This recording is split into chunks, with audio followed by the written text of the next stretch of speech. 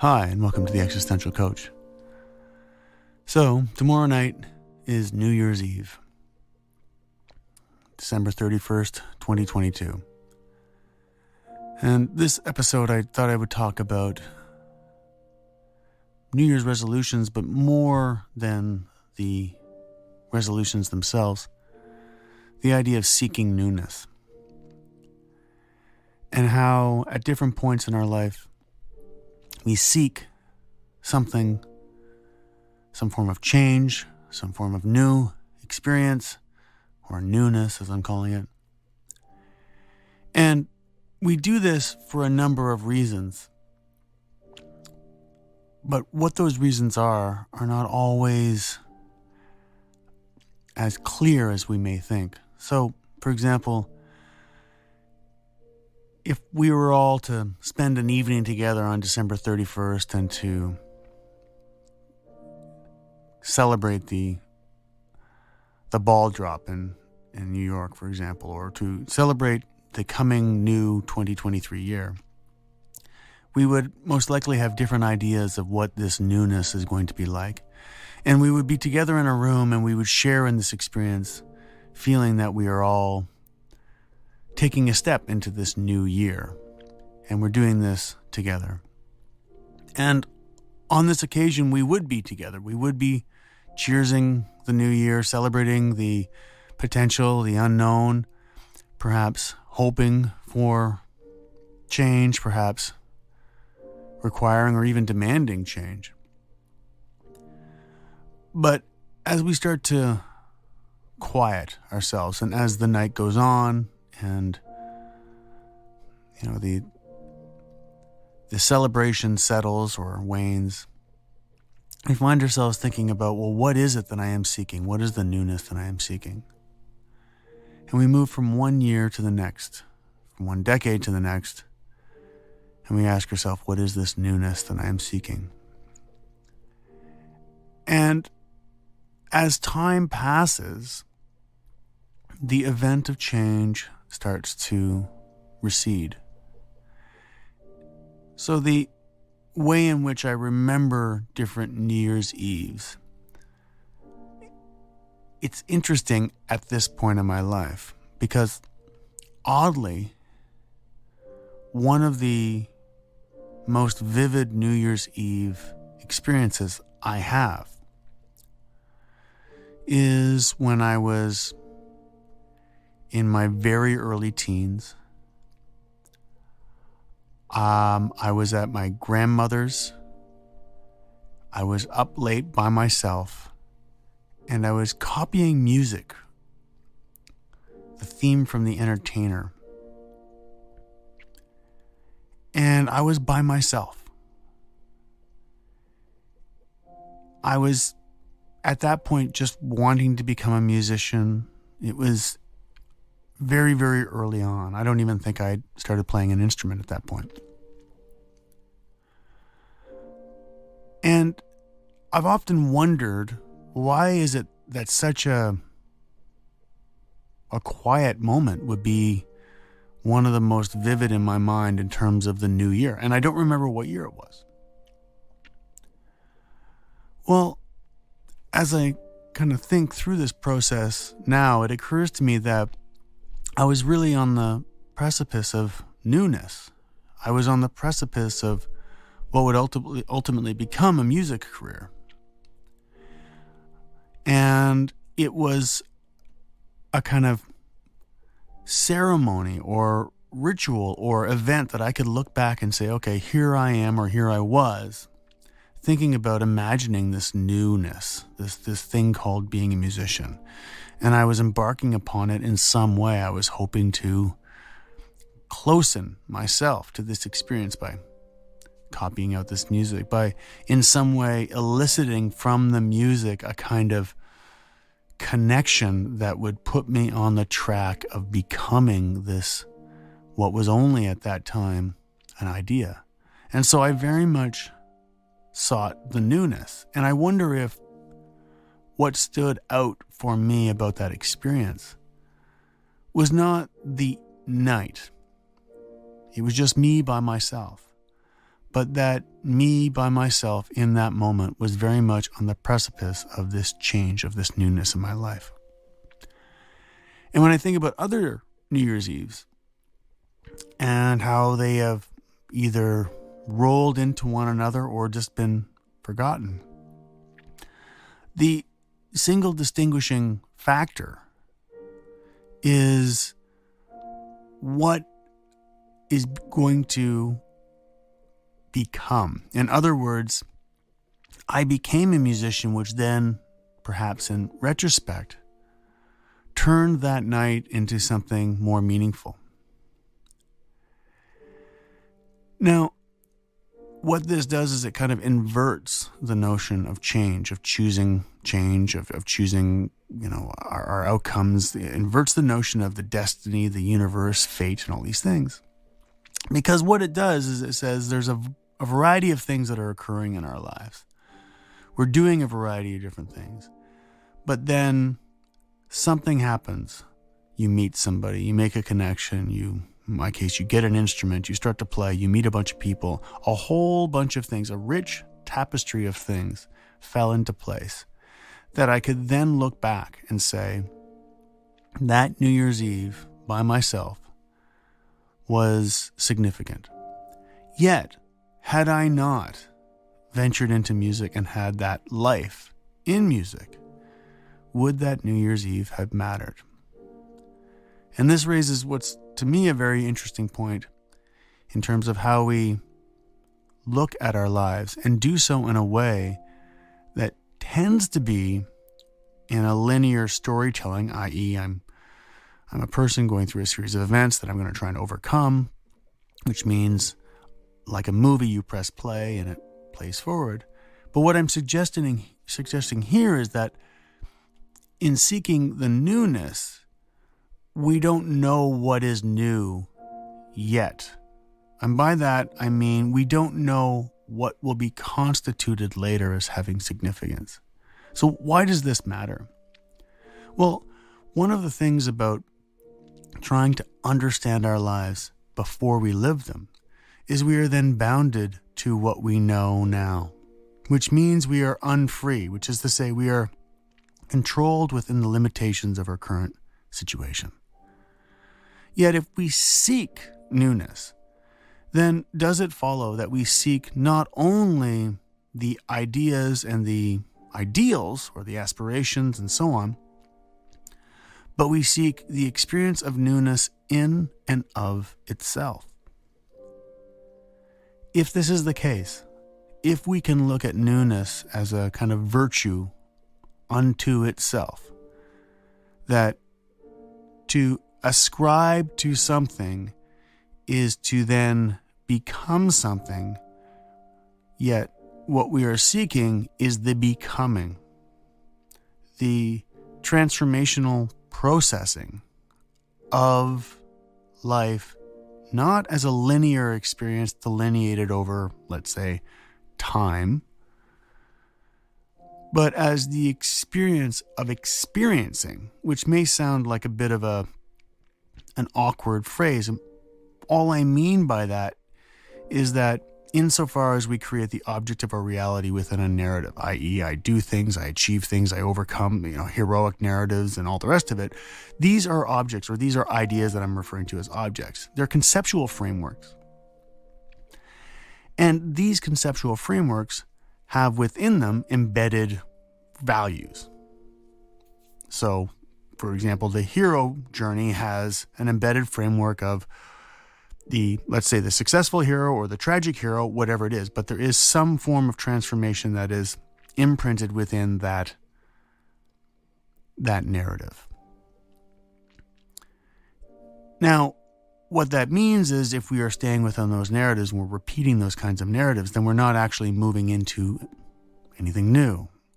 We're varying things, we're exploring things in new ways, and I think a great deal of value can come from, and we can be tremendously comforted by, the familiarity of stories, right? Stories do not need to teach in the explicit way.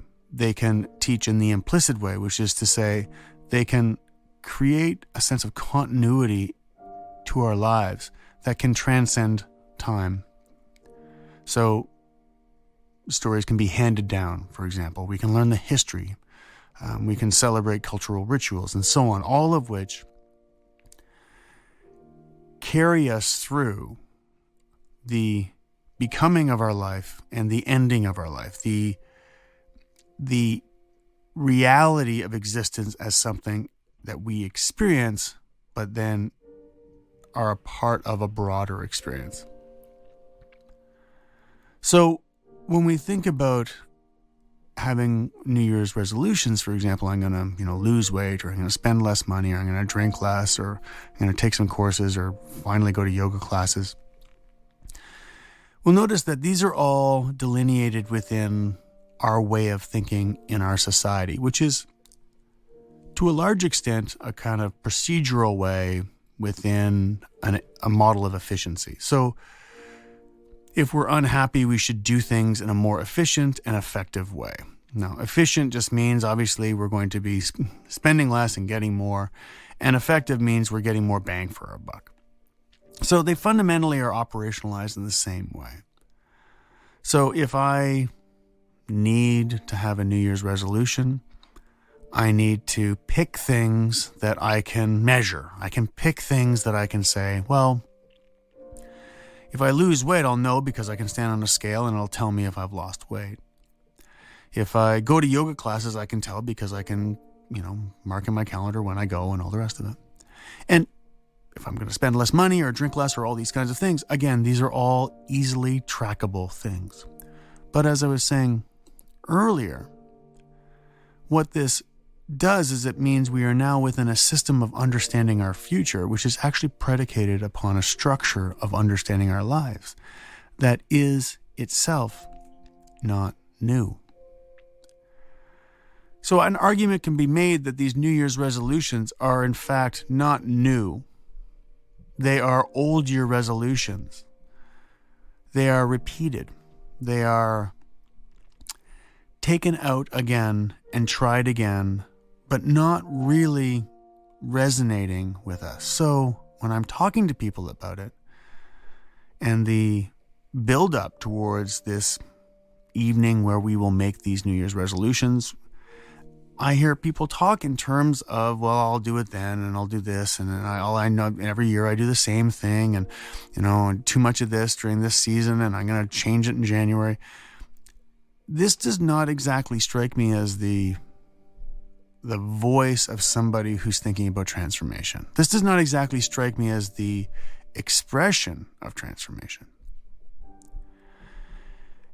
So it raises the question of, if New Year's Eve and New Year's resolutions, if we are actually seeking newness, can we do so within the model of newness that is clearly repeated time and time and time again? Now, if we go back to my example about that seemingly unimportant New Year's and how it's this New Year's that I remember, and we start to open our minds a little to events that perhaps don't have, mouth-blowing toys and balloons and people partying and all the rest. We think of discrete moments in our life. Maybe moments that were very intimate, from the outside, perhaps even quite mundane, but there was something about that moment. It was a book we saw on a shelf. It was an idea that came to mind. It was a place we were standing. It was something. And we notice how that moment was actually a point of departure that we could not see at the time.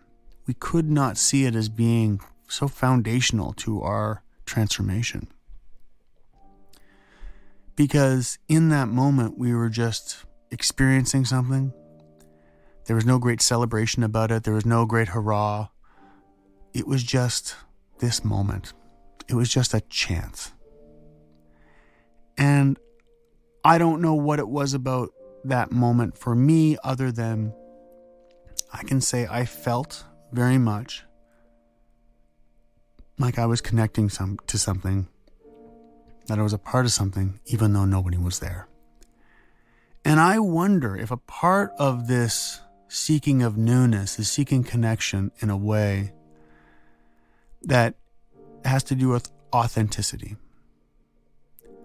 That we maybe tap into a form of being authentic, of experiencing our own authenticity. And it is so simple. It's so unfettered, so uncontrolled, that in those moments, we are simply doing what feels natural, what feels right. And then all of the external stuff, the losing weight and going to more yoga classes and saving money and drinking less and all these things, of course, they all have their place. But they seem so different, at least to me. They seem so different to me than those moments where we feel like we are just genuinely doing what feels right. And whether or not that is accepted, whether or not we find a place to have a career or a hobby doing that, whatever it is, that's an entirely separate thing. But in that moment, there is this awareness. And from this awareness, there arises a clarity. And from this clarity, we can then experience what seems quite natural. And I think in that way, to be in that state, we seek the newness not as a narrative we are operating within. We seek it as the experience of flow. So, when we think about flow and how there are these blocks in our lives.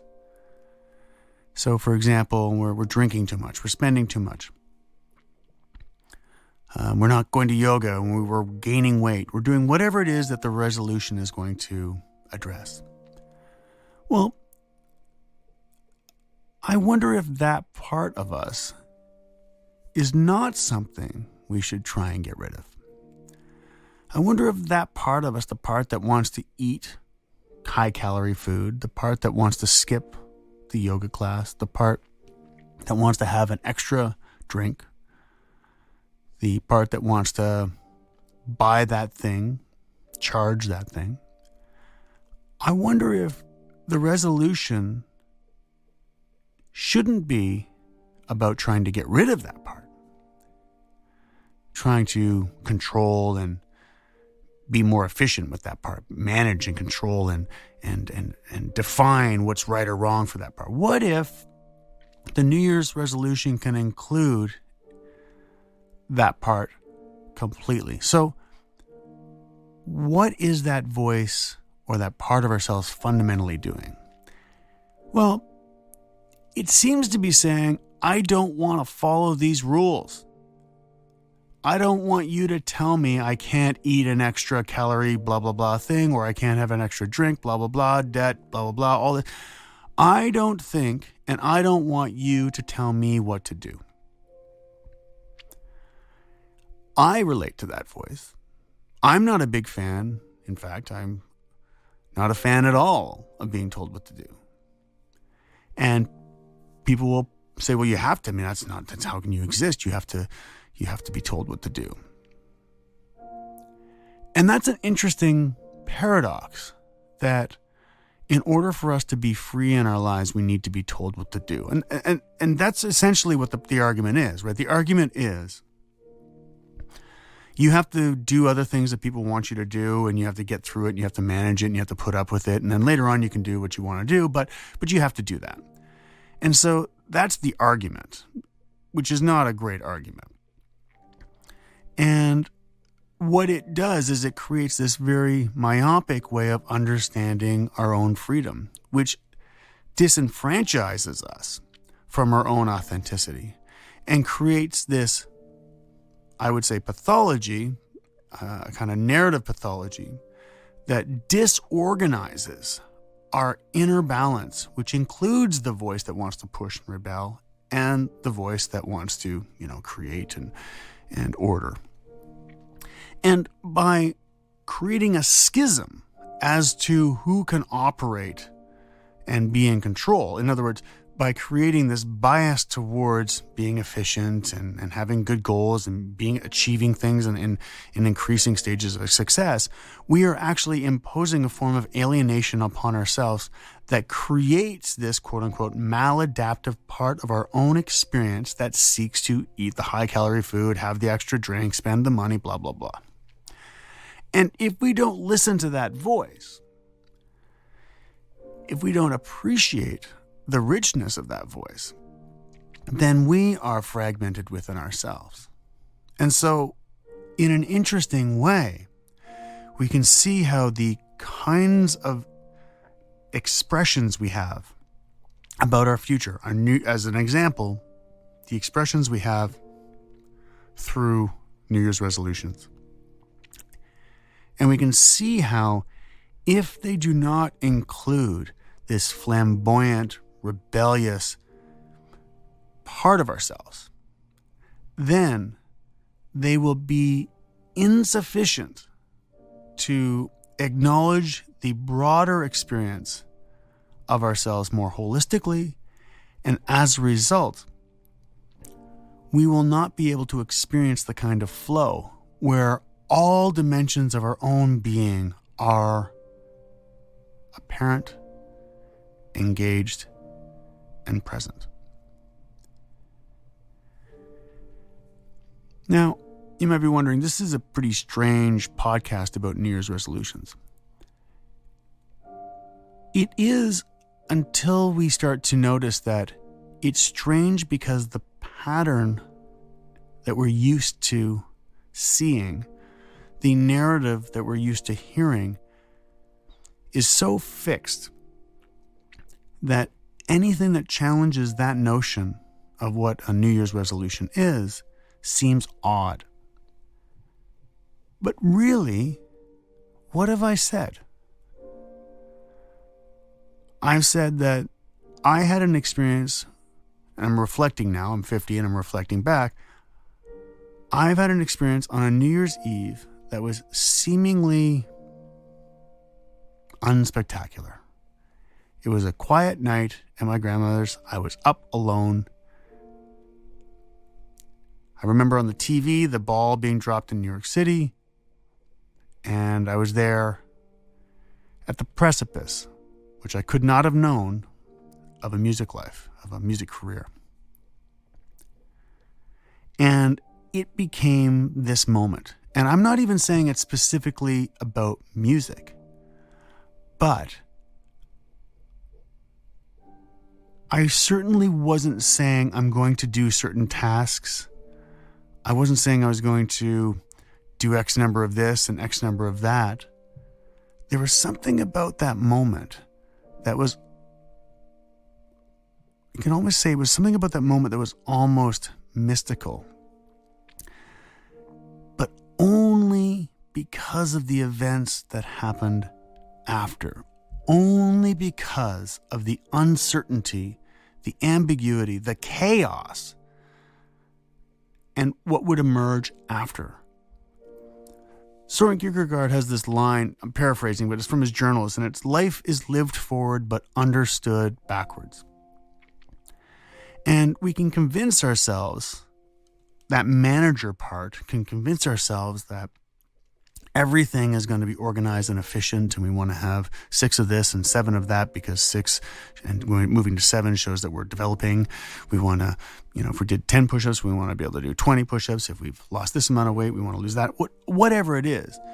But none of that takes into account the part of ourselves that wants to transcend our own human experience and understands that in some way we are walking around in a grand illusion. And more than it being an illusion, it's an expression of something that as yet has not been defined, because the very nature of an illusion is it is a fiction. So if it is a fiction, can we engage it in a way through which we can not manifest, but we can appreciate? In other words, it's not coming from our creating our future through thinking positively and all these kinds of things. Rather, it's recognizing the apparentness of our experience as a human being in the world. We are not thinking in terms of the linearity. Rather, we are creatively weaving as these things emerge. We are seeking the newness. And in seeking the newness, we are finding that which is not a thing, but a potential. It remains this point that is indeterminate in our lives.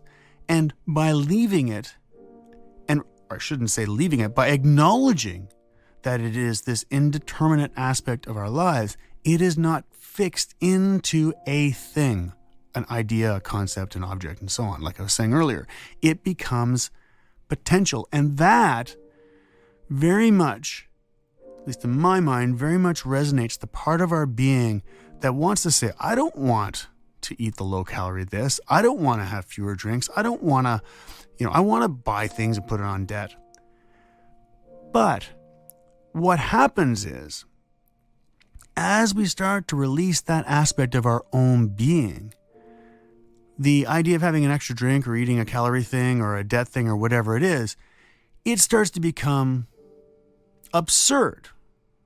It becomes absurd because it seems like a totally fallacious way of trying to address an existential crisis, right? Having an extra drink isn't going to solve my existential crisis. Buying something extra on Amazon isn't going to solve my existential crisis. And the more apparent the vocabulary we have, the expressive vocabulary we have to experience ourselves in this kind of potentiality, the less we look to these almost churlish ways of doing it.